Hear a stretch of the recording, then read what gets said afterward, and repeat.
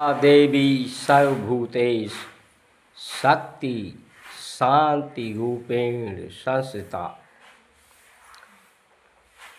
हमारी भारत की सनातन संस्कृत परंपराएं नारी को देवी शांति शक्ति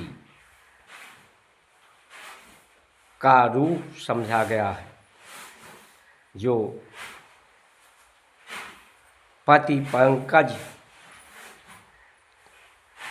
चरणों की पूजा और धर्म नारी का दूजा। पत्नी पति की शक्ति है, पति को संभालती है, पति संसार को संभालता है। ये देव देव हर हर महादेव की संस्कृति है। सब में देवत्व का भाव आए, देव भाव आवे, देव संस्कृति है। देने की संस्कृति है, सहयोग देने की संस्कृति है, सत्कार देने की संस्कृति है।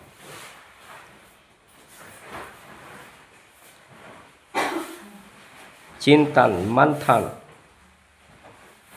तप त्याग तपस्या भक्त संकल्प भक्त पर्व त्योहार के माध्यम से एकात्म भाव, एक उद्देश्य परमात्म भाव, परमात्म स्वभाव, शांति स्वभाव, पूरा जगत शून्य विगताकार के रूप में है।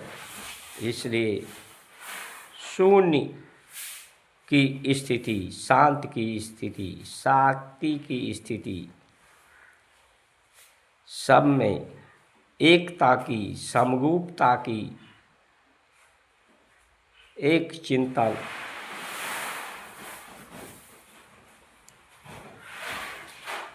सदचिंतन से सदचरित्र की यात्रा है, उपदेश है। रोजगार का सृजन जातियों के आधार पर, कार्य कुशलता का आधार जातियां रही हैं।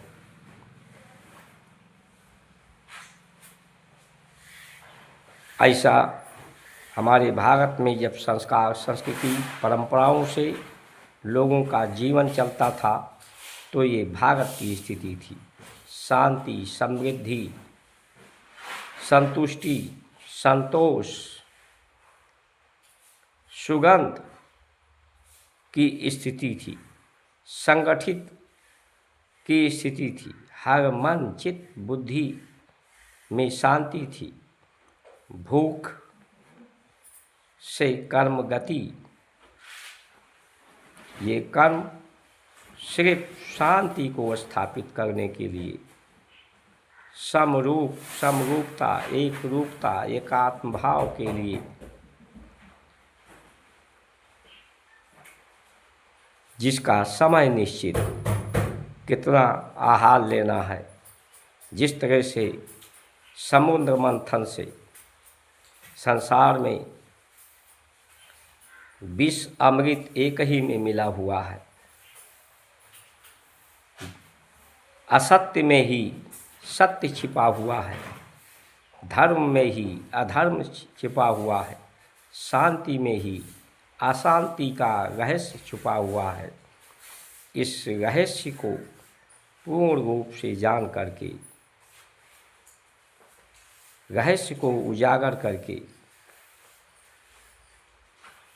इसमें से विष में से अमृत निकाल करके, ओम त्र्यंबकम यजामहे सुगंधिम पुष्टिवर्धनम उर्वारुकमेव बंधनान् मृत्यो मूर्छय मामृता, ये अमरता का संदेश है, यज्ञ और यजन का संदेश है, सुगंध का संदेश है,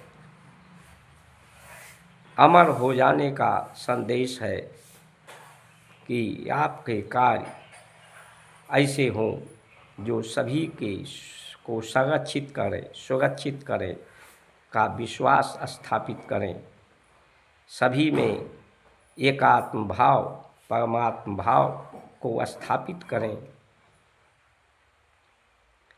जिससे सभी लोग अपने को सुरक्षित, संतुष्ट, पुष्ट की धारणा, सत्य धारणा सब में स्थापित हो, एक दूसरे के सहारा बने,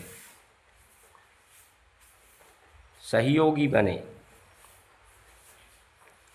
शून्य की स्थिति में रहकर, शून्य यानी रिक्त मन में सिर्फ सत चिंतन हो, सत में, चित्त में सत चिंतन हो,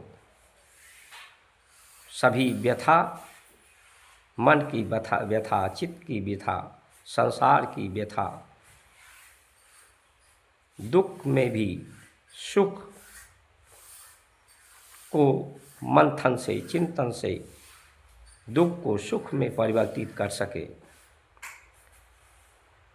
जब इस तरह की परिस्थितियाँ हमारे भारत में रहीं तो उसे भारत कहा गया, लेकिन जब असत्य की स्थितियाँ हो, जब सत्ता के लिए सत्य का चरित्र, सत्य का चिंतन, रोजगार ऐसा कि जो अशांति करने वाला रोजगार हो, जो प्रकृति मन चित्त को अशांति करे, जो जाति धर्म को आधार बना करके सत्ता तक लोगों में भेदभाव पैदा करके, भय, लालच, भ्रम पैदा करके सत्ता तक पहुंचने का मार्ग व्यवस्था बनावे, तो फिर वहाँ महाभारत होता है। मन में महाभारत, चित्त में महाभारत, शरीर के अंदर महाभारत, परिवार के अंदर महाभारत, संसार में महाभारत, प्रकृति में महाभारत, आज वही महाभारत की स्थिति है। जय श्री राम।